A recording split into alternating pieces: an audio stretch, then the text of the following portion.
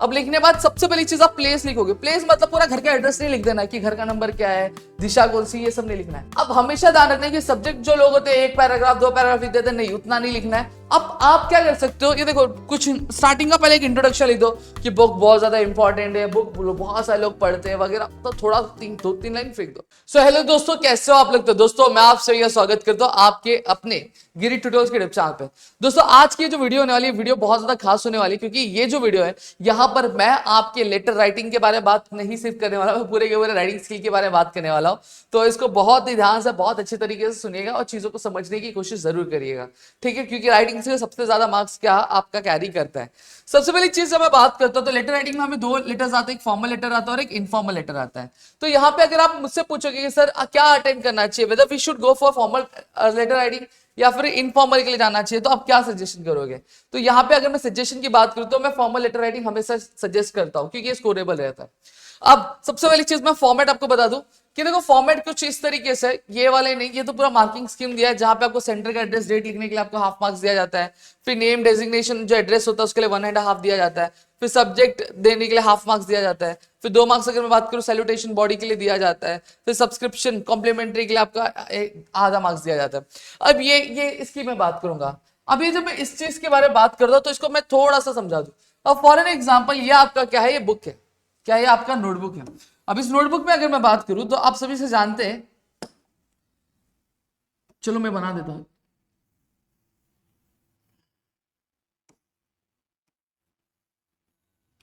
ठीक है, ये आपकी नोटबुक है। अब इस नोटबुक में ये आपकी मार्जिन होती है, ठीक है, ये मार्जिन चलो मैंने बना दी, ठीक है। अब इस मार्जिन को लेकर अब यहाँ पे अब जब लिखोगे तो सबसे पहली चीज अगर मैं बात करूं तो यहां से आपको लिखना चालू करना है, क्या ये मार्जिन से टच होकर लिखना चालू करना, और जितनी चीज आएंगी वो एक के नीचे इसी मार्जिन के थ्रू क्या आएगी, यही चीज मैं आपको बताना चाहता था।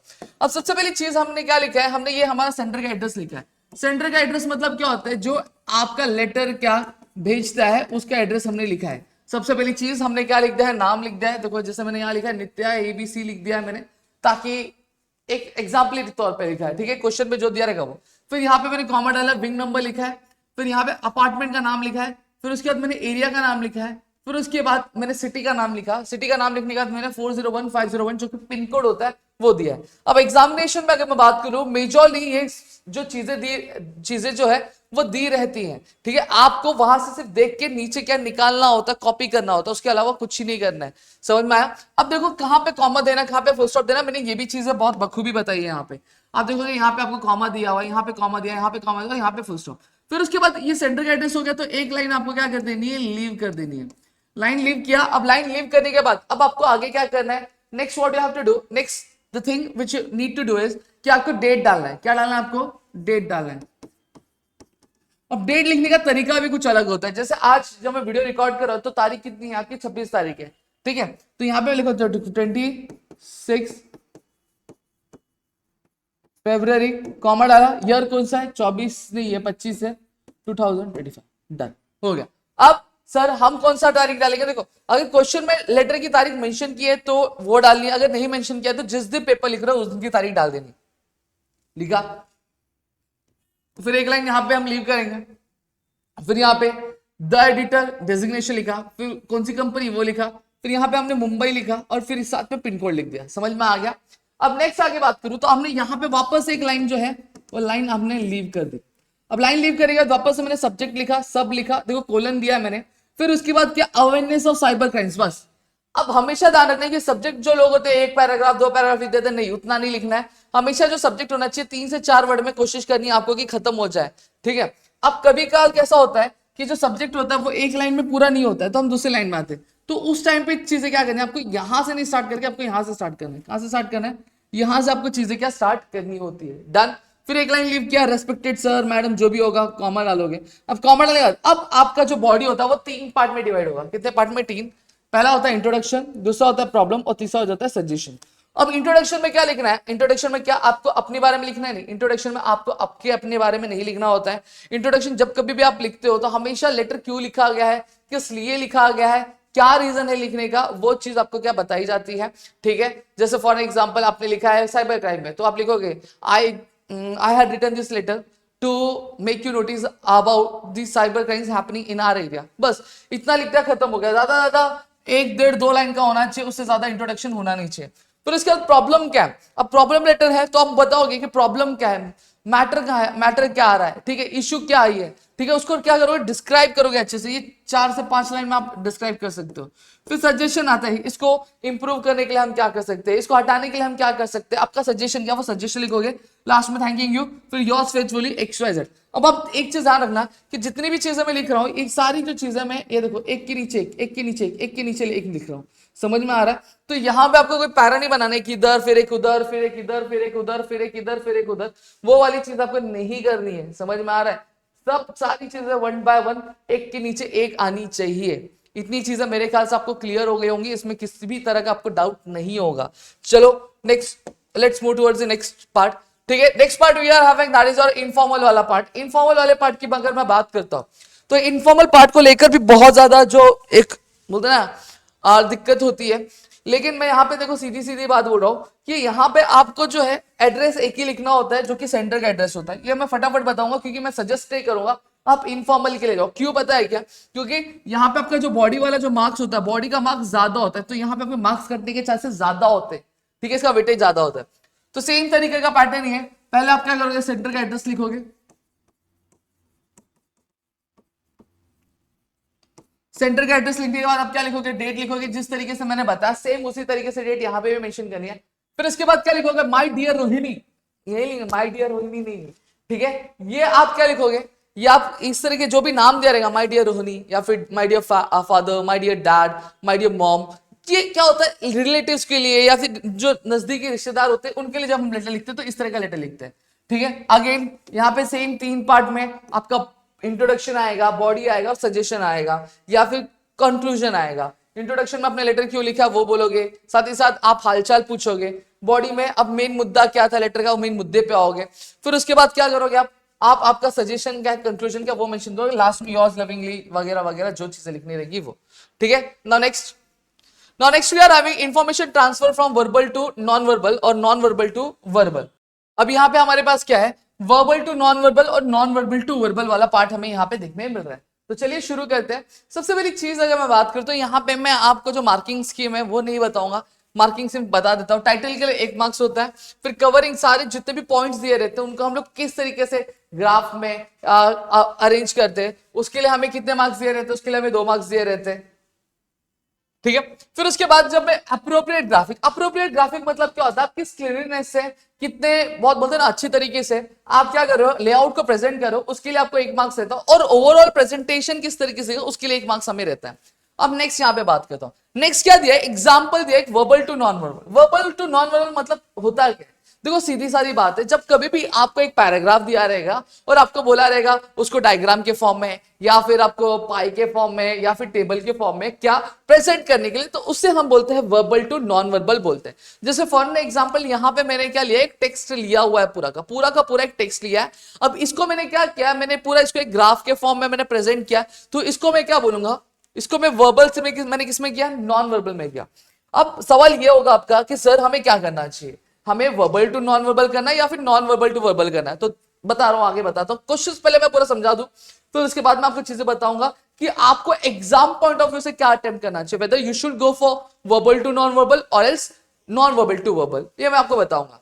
देखो क्या बोला गया, the tulsi plant is a close relative, ये पूरा टेक्स्ट दिया, इसको बाद में रीड मार लेना, ठीक है। अब यहाँ पे ध्यान दो, इसके जो नोट्स है मैं आपको प्रदीप गिरी कॉलेज एंड स्कूल के फ्री बैटल सेक्शन में प्रोवाइड करवा दूंगा। अब यहाँ पे मुझे जितना टेक्स्ट दिख रहा है, यहाँ पे मुझे तुलसी को 3 पार्ट में डिवाइड होता हुआ दिखाई दे रहा है, रमा तुलसी, कृष्णा तुलसी और वना तुलसी। फिर इसके बाद क्या बोला, इसके फीचर्स के बारे में बोला गया और फिर फ्लेवर्स के बारे में बोला गया। तो सेम चीज मैंने यहाँ पे की, मैंने क्या किया, जो तुलसी है, types of Tulsi plant, 3 Tulsi plants है, एक रमा तुलसी है, एक कृष्णा तुलसी और एक वना तुलसी है। फिर रमा तुलसी के देखो कैरेक्टरिस्टिक्स के बारे में लिखा गया। फिर यहाँ पे अगर मैं बात करूं तो यहाँ पे कृष्णा तुलसी को क्षमा तुलसी भी बोला जाता है और पर्पल लीफ तुलसी भी बोला जाता है, इसके बारे में बताया गया। फिर यहाँ पे वना तुलसी के बारे में बताया गया। फिर उसके बाद फ्लेवर्स कौन से, ये देखो यहाँ पे टीम ने मेलो फ्लावर लिख दिया, तो फ्लावर नहीं है, फ्लेवर है, ठीक है। तो इसको करेक्ट कर लेना, यह चीज क्लियर हो गई। तो यहाँ पे मेलो फ्लेवर है, ये पेपरी फ्लेवर और lemony aroma and aroma flavour, done. अब यहाँ पे इसको हम लोग क्या बोलते हैं, इसको हम लोग फ्लो डाउन मेथड बोलते हैं। फ्लो डाउन मेथड मतलब क्या होता है कि जब कभी भी हम एक आइडिया को क्या आपके ग्राफिकली नहीं रिप्रेजेंट करके हम उसको एक चार्ट के फॉर्म में रिप्रेजेंट करते हैं, तो इसको हम लोग क्या बोलते हैं, फ्लो डाउन मेथड क्या बोलते हैं। अब नेक्स्ट वाला पार्ट चलता है। नेक्स्ट वाले पार्ट में अगर बात करूं तो क्या बोला है, देखो read the following information and prepare a pi diagram. देखो पाई डायग्राम आया, तो पाई डायग्राम जब कभी भी आया तो आप समझ लेना कि क्वेश्चन में आपको कुछ आंकड़े दिए रहेंगे। आंकड़े मतलब क्या हो गया, आपको डाटा दिया रहेगा। देखो क्या दिया है, water is life, it is universal solvent and important resource, the annual usage of water differs in various sectors of Maharashtra, the major occupation of Maharashtra being agriculture, the maximum amount of available water is used for irrigation, that is 86%। अब यहाँ पे हमें बोला है कि जो maximum amount of जो water है जो अवेलेबल है हमारे पास, उसमें से 86% हम किसके लिए यूज करते हैं, हम एग्रीकल्चर के लिए यूज करते हैं। एग्रीकल्चर कहाँ पे गए, यहाँ पे, ठीक है। The distant following place 7% is contributed by the domestic sector. देखो 7% पानी कौन यूज करता है, डोमेस्टिक सेक्टर यूज करता है। ये देखो यहाँ पे लिखा है which including, फिर इसके बाद there is a close competition of other sector with 60%। Other sector जो कितना यूज करता है, 6% यूज करता है। फिर one of the key factor which plays an important role in the development of the nation is the industrial sector। आप देखो industrial sector कितना यूज करता है, 1% यूज करता है। ये पूरा डाटा दिया है। अब हम क्या करेंगे, हम एक ऐसा एक सर्कल बनाएंगे। सर्कल में अब डाटा के हिसाब से हम क्या करेंगे, इनपुट करेंगे। अभी ध्यान से देखना, ये देखो, हाँ ये रहा। अब यहाँ पे पूरा एक पाई डायग्राम बनाया। सबसे पहली चीज क्या दिया गया, एक टाइटल दिया गया। टाइटल का नाम क्या है, एनुअल वाटर यूसेज इन महाराष्ट्र दे दिया। अब एक सर्कल बनाया गया। अब 86% हमने क्या देखा, हमने एग्रीकल्चर में देखा, वही चीज देखी इरिगेशन। फिर उसके बाद अगर मैं बात करूं तो हमने क्या देखा, 1% कौन यूज करता है, इंडस्ट्रियल सेक्टर यूज करता है।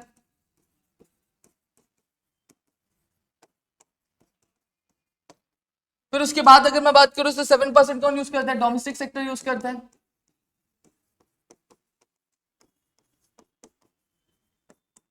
फिर 6% जो है आपके अदर्स है, ठीक है। 6% क्या आपका अदर्स है। तो ये पूरा डाटा आपको दिया हुआ है। तो इसी तरीके से आपको क्या रिप्रेजेंट करना, बहुत इजी है, कुछ आज सच ऐसे बहुत बड़ी चीज नहीं है। तो आपको यह इस तरीके से जब कभी भी आंकड़े है, डाटा है, आपको बस डाटा के हिसाब से आपको चीजें, हाँ एक चीज और बता रहा हूं। और डाटा मतलब इजी है, मतलब कुछ भी नहीं करके आने का है। देखो ध्यान से सुनना। अब 86% बोले तो आप देखोगे जो सबसे ज्यादा जो जगह दी गई है वो किसको दिया गया, वो 86% को दिया गया, क्योंकि सबसे ज्यादा। फिर 7% को, फिर 6% को, फिर 1% को। मतलब जिस हिसाब से रेशियो है तो आपको पाई में भी उसी रेशियो के हिसाब से आपको जगह के अलॉट करनी चाहिए।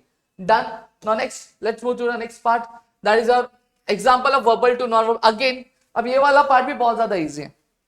अब क्या बोला गया, देखो बोला कुछ नहीं गया, बोलने वाला काम करना पड़ेगा।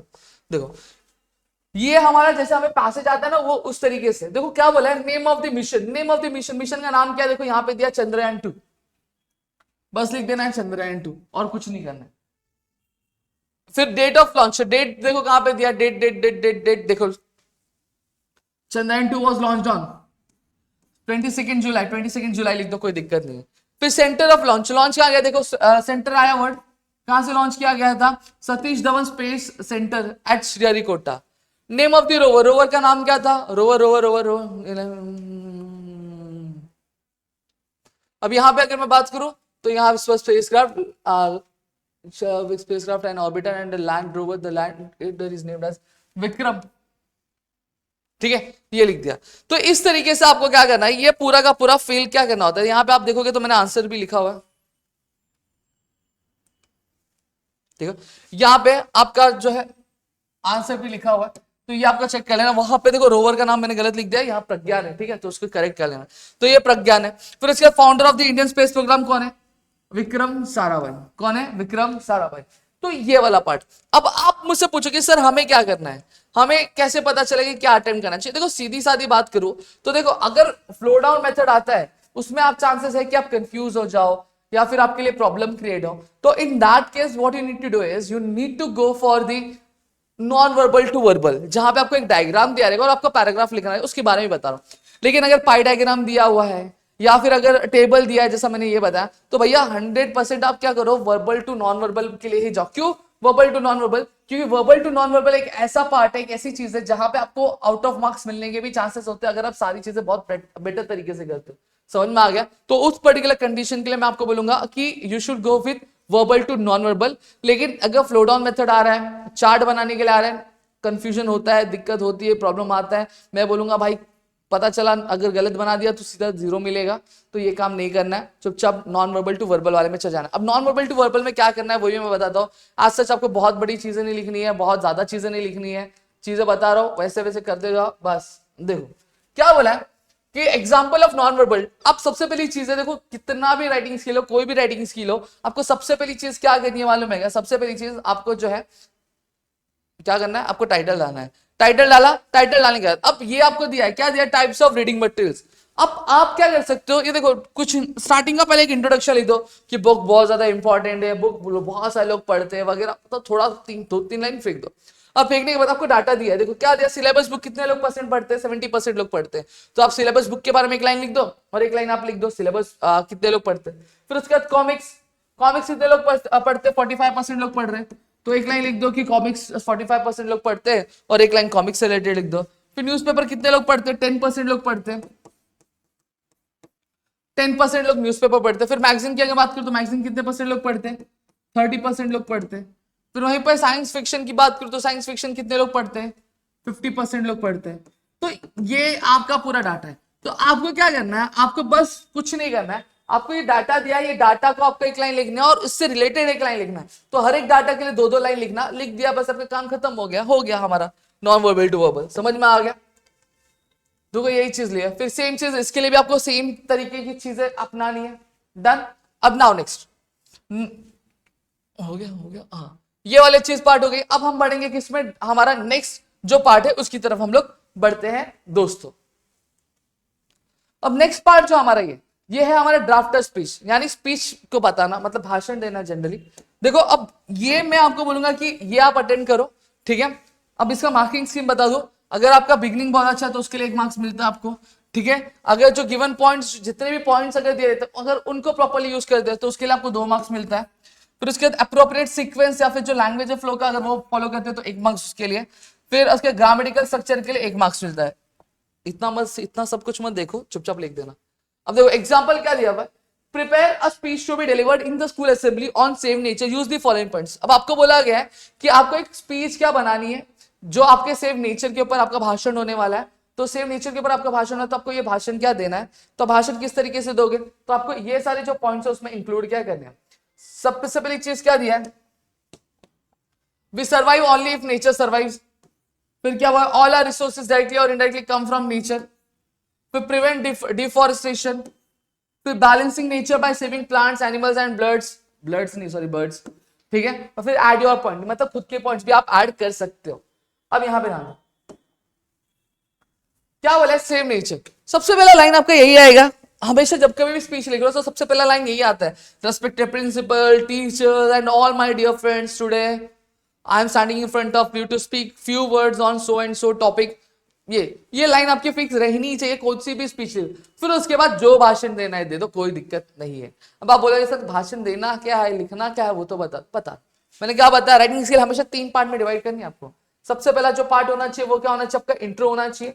दूसरा क्या होना चाहिए, आपकी बॉडी होनी चाहिए। और तीसरी क्या होनी चाहिए, आपकी कंक्लूजन होनी चाहिए। When I do talk about introduction, तो इंट्रोडक्शन टॉपिक से रिलेटेड, जैसे नेचर है, सेम नेचर है तो नेचर क्या है, ठीक है। नेचर क्या मतलब उसका मीनिंग डेफिनेशन मत लिखने लगना, नेचर से हमें बेनिफिट्स क्या मिलते हैं, फायदे क्या मिलते हैं, ये चीजें हमें लिखनी है।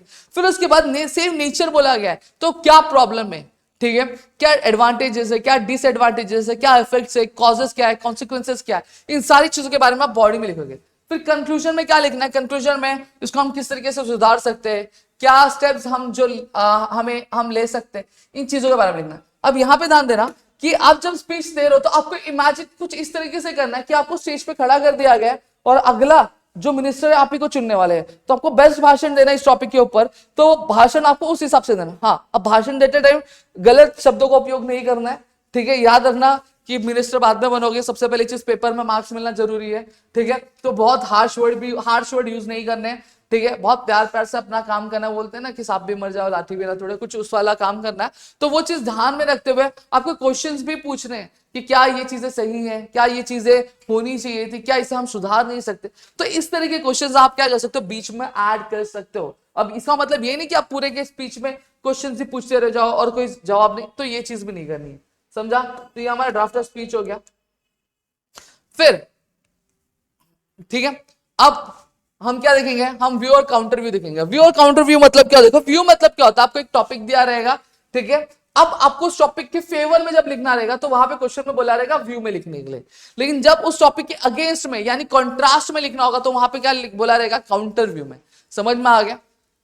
अगेन बिगिनिंग और कंक्लूजन के लिए 1 मार्क्स है, फिर वोकैबुलरी के लिए 1 मार्क्स है, फिर ओपिनियन और गुड एंड लूसी लैंग्वेज के लिए 2 मार्क्स है, फिर अपीलिंग और कन्विंसिंग थॉट्स के लिए 1 मार्क्स है। अब यहाँ पे देखो क्या दिया गया, right your counter view on the topic internet will soon replace books. अब यहाँ पे काउंटर व्यू बोला गया, काउंटर व्यू मतलब क्या हो गया, इसके अपोजिट में लिखना है, ठीक है, इसके अगेंस्ट में लिखना है। पॉइंट्स क्या दिए, easily accessible, time saving, economical, फिर ऑथेंटिक और स्टोर हाउस ऑफ इंफॉर्मेशन। अब दिया इंटरनेट वर्सेस बुक, अब ये सारे पॉइंट्स इसमें यूज किए जाएंगे। आपको इसके अगेंस्ट में लिखना है क्या, today there is a lot of talk about the internet replacing books, I beg to differ, this is not possible. यहाँ पे क्या बोला है, क्या बहुत बातें चलती है कि इंटरनेट जो होगा वो बुक्स को रिफर कर देगा, लेकिन मैं यहाँ पे आपको क्या डिफरेंस बता दूं, और ये पॉसिबल नहीं है। क्या बोल रहा है, internet is certainly easily accessible, internet जो है इजिली एक्सेसिबल है, लेकिन जो रिमोट एरियाज है वहां पे एक्सेसिबल है क्या, नहीं। कहां पे, जो फॉर्चुनेट जो सिटीज होती है, जो अच्छी सिटीज होती है वहीं पे मिल सकती है, बाकी रिमोट एरियाज में नहीं। अब आप बोलेंगे सर ये जो फेवर में नहीं बोल रहा, काउंटर में बोल रहा है, मतलब अगेंस्ट में बोल रहा है। हाँ भाई, काम ही यही बोला गया, काउंटर व्यू करना, मतलब ये इंटरनेट वर्सेस बुक में इंटरनेट रिप्लेस करेगा बुक को, ये उसको क्या कर रहे हैं, मानने के लिए इनकार कर। अगर यही व्यू बोला होता तो उसके सपोर्टिंग में लिखते कि हाँ भाई ये क्या करेगा, सून रिप्लेस करने वाला है, चीजें बदलने वाली है, तो इस तरीके की चीजें आपको लिखने वाले। लेकिन अब आप मुझसे पूछेंगे सर क्या करना है, व्यू काउंटर व्यू करना है या स्पीच करना, मैं तो सीधा बोलूंगा भाई स्पीच करो, उसके अलावा कुछ मत करो, ठीक है। नेक्स्ट आता है हमारा एक्सपांड द थीम। अब एक्सपांड द थीम में अगर हम बात करें तो हमें क्या टॉपिक है, पहला एक्सपांशन ऑफ आइडिया। अब एक्सपांशन ऑफ आइडिया में सबसे पहली चीज टाइटल और बिगनिंग के लिए 1 मार्क्स है, फिर वोकैबुलरी ग्रामर के लिए 1 मार्क्स है, फिर अप्रोप्रिएट पॉइंट्स के लिए 1 मार्क्स है, फिर लॉजिकल ऑर्डर के लिए 1 पॉइंट और कंक्लूजन के लिए 1 पॉइंट है।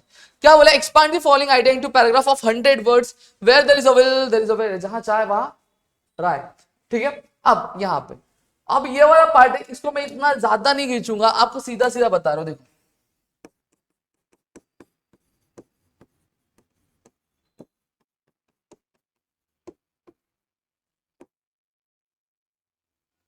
ठीक है। जब मैं एक्सपांशन ऑफ आइडिया की बात करूं तो इसको भी 3 पार्ट में डिवाइड करना है। सबसे पहली चीज आता है मीनिंग।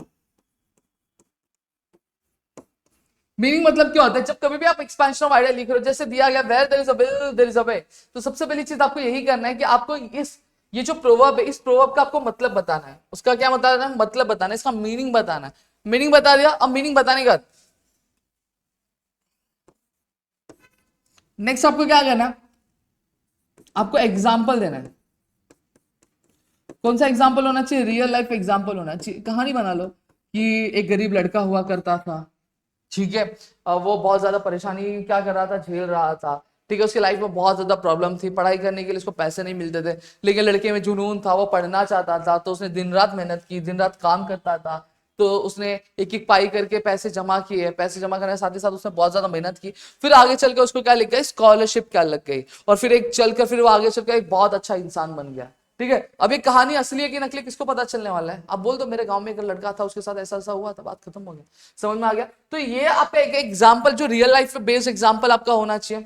फिर आपका आता है कंक्लूजन, आता है कंक्लूजन क्या होता है, कंक्लूजन में अगर मैं बात करूं तो यहाँ पे आपका कुछ इस तरीके से चीजें होंगी जहां पर आप ये बताओगे कि आपको क्या लगता है ये जो प्रोवर्ब है सही है, क्या ये चीजें ऐसी होती है कि नहीं होती, इन चीजों के बारे में आपको क्या यहाँ पे बताना रहेगा, ठीक है। अब पॉइंट्स कितने लिखने, मीनिंग में अगर बात करूं 2 से 2.5 लाइन का होना चाहिए, फिर एग्जाम्पल की अगर बात करूं 5 to 6 लाइन का होना चाहिए, फिर कंक्लूजन अगर बात करूं अगेन 2 से 3 लाइन का होना चाहिए। तो इस तरीके से, और साथ ही साथ स्टार्टिंग में एक टाइटल जरूर देना है। डन। तो यहाँ हमारा एक्सपांशन ऑफ आइडिया वाला पार्ट भी हो गया, मैंने आपको बता दिया। अब चलो आगे बढ़ते हैं। आगे क्या हमारा रिपोर्ट राइटिंग है। अब रिपोर्ट राइटिंग की अगर हम बात करें तो रिपोर्ट राइटिंग हमारा क्या है, रिपोर्ट राइटिंग के बाद हमारा डेवलपिंग अ स्टोरी देखेंगे, ठीक है। अब रिपोर्ट राइटिंग भी बहुत इजी है, देखो टाइटल देना है, हेडलाइन देना है, 1 मार्क्स है, फिर लॉजिकल सीक्वेंस इवेंट्स का वो बता रहे उसके लिए 2 मार्क्स है, फिर ग्रामर जो अप्रोप्रिएट ग्रामर वोकैबुलरी यूज करे तो उसके लिए 1 मार्क्स है, फिर उसके कंक्लूजन और लेआउट के लिए 1 मार्क्स है। अब एग्जांपल क्या दिया, prepare a report for your school magazine based on the following headline. अब आपको क्या करना है, एक रिपोर्ट प्रिपेयर करना अपने स्कूल मैगजीन के लिए जो कि फॉलोइंग हेडलाइंस पे बेस्ड है। क्या बोला, India's Vikram lands on the south pole of the moon, ठीक है, ये टाइटल दिया। अब यहाँ पे देखो, अब क्या लिखा है क्या नहीं लिखा वो नहीं बताऊंगा, लिखना क्या है वो बताऊंगा, सॉरी लिखना क्या वो नहीं, लिखना कैसे वो बताऊंगा। सबसे पहली चीज क्या आ गया आपका रिपोर्ट का टाइटल आ गया। क्या आ गया टाइटल? टाइटल क्या दिया? India's Vikram lands on the south pole of the moon. ठीक है, ये हमने लिख दिया। अब ये लिखने के बाद क्या बोला गया है? अब आप टाइटल देने के बाद अब आप क्या करोगे? अब यहाँ पे आप लिखोगे बाय स्टाफ रिपोर्टर, स्पोर्ट्स का होगा तो बाय स्पोर्ट्स रिपोर्टर, या फिर कुछ नहीं दिया तो बाय न्यूज रिपोर्टर लिखना है। अब लिखने के बाद सबसे पहली चीज आप प्लेस लिखोगे। प्लेस मतलब पूरा घर का एड्रेस नहीं लिख देना है कि घर का नंबर क्या है, दिशा कौन सी, ये सब नहीं लिखना है। आपको सिटी का नाम लिखना है। सिटी का नाम क्या दिया? जैसे यहाँ पे बेंगलुरु दिया है, कॉमा दिया, फिर डेट कौन सी है? अगस्त 24 है। अब यहाँ पे ध्यान दो कि लिखते टाइम आपको क्या चीजें ध्यान रखनी है। जब कभी आप रिपोर्ट लिख रहे हो, जैसे आज इंडिपेंडेंस डे, आपको बोला गया इंडिपेंडेंस डे पे आपको रिपोर्ट लिखने के लिए, तो आप 15 अगस्त की डेट नहीं आएगी, क्या आएगी? 16 अगस्त, क्योंकि रिपोर्ट जब कभी भी लिखी जाती है या फिर आती है तो दूसरे दिन आती है, उसी दिन नहीं आती। लिख दिया, फिर उसके बाद कोलन दोगे, कोलन या फिर आपका जो पूरा पैरा होगा वो चालू हो जाएगा। अब यहाँ पे रिपोर्ट राइटिंग लिखते टाइम कुछ चीजों का ध्यान रखना है। कौन सी चीजें जो आपको ध्यान रखनी चाहिए? सबसे पहली चीज जो आपको यहाँ पे ध्यान रखना चाहिए वह यह होना चाहिए आपका कि सबसे पहले आप क्या करोगे? आप जो है इनडायरेक्ट नरेशन यूज करोगे। ठीक है, दूसरी चीज, आप रिपोर्ट राइटिंग लिखते टाइम खुद के पॉइंट ऑफ व्यू कभी भी ऐड नहीं करोगे। तीसरी चीज, हमेशा दूसरों के परसेप्शंस क्या, दूसरा क्या बोल रहा है वो ऐड करोगे। चौथी चीज, कोई आलतू फालतू बात नहीं करना है, कोई बोलते हैं ना इररिलेवेंट टॉपिक पे बात नहीं करना है, कंडीशन पे बात नहीं करना है। जो टॉपिक दिया, जो मुद्दा दिया, उसी पे आपको क्या बात करनी होगी, और आप अपना पॉइंट तो बिल्कुल भी ऐड नहीं करोगे। ये चीज ध्यान में रख लेना। समझ में आ गया? तो ये हमारा रिपोर्ट राइटिंग होता है। बाकी आप वैसे के प्रोग्राम की शुरुआत कैसे हुई, ठीक है, फिर उसका प्रोग्राम कैसा चल रहा था, ये चीज के बारे में बताओ। फिर डेवलपिंग अ स्टोरी 2 मिनट में खत्म करूंगा।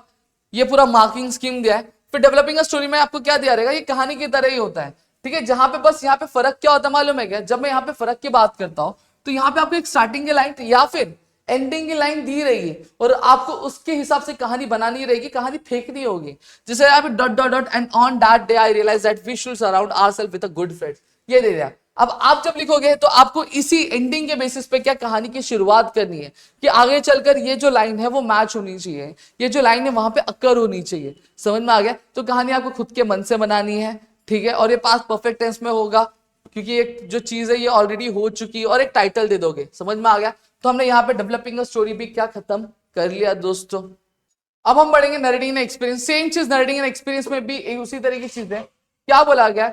अब यहाँ पे अगर हम बात करें तो नरेटिंग एंड एक्सपीरियंस भी सेम एज इट इज की तरह ही है, जहां पर आपको क्या एक स्टार्टिंग की लाइन दिया जाएगा या फिर एक आपकी एंडिंग की लाइन दी जाएगी। ठीक है, स्टार्टिंग की लाइन या फिर एंडिंग, वहां पे आपको एक एक्सपीरियंस बताना है। जैसे डेवलपिंग स्टोरी लिखते हैं वैसे नरेटिंग एंड एक्सपीरियंस लिखते हैं। तो मेरे ख्याल से यहाँ पे आपको पूरी चीज समझ में आ गई होंगी। अब इसमें आप बोलोगे सर क्या अटेम्प्ट करना है? देखो सीधी सादी बात बोलता हूँ, ज्यादा घुमा के नहीं बोलूंगा। जो अटेम्प्ट करना है वो अटेम्प्ट करो, कोई दिक्कत नहीं, आपकी मर्जी है, जो ईजी लगे वो आप कर सकते हो। ठीक है, तो आई होप सो यहाँ पे पूरी चीजें क्लियर हो गई होंगी, समझ में आ गया। अगर वीडियो अच्छी लगे प्लीज वीडियो को लाइक करिए, चैनल सब्सक्राइब नहीं किया तो चैनल को सब्सक्राइब करो, अपने दोस्तों से शेयर करो ताकि ऐसे और कई सारे वीडियोस मैं आपके लेकर आ सकूं आपके अपने ग्रेड ट्यूटोरियल्स वीडियो चैनल पे।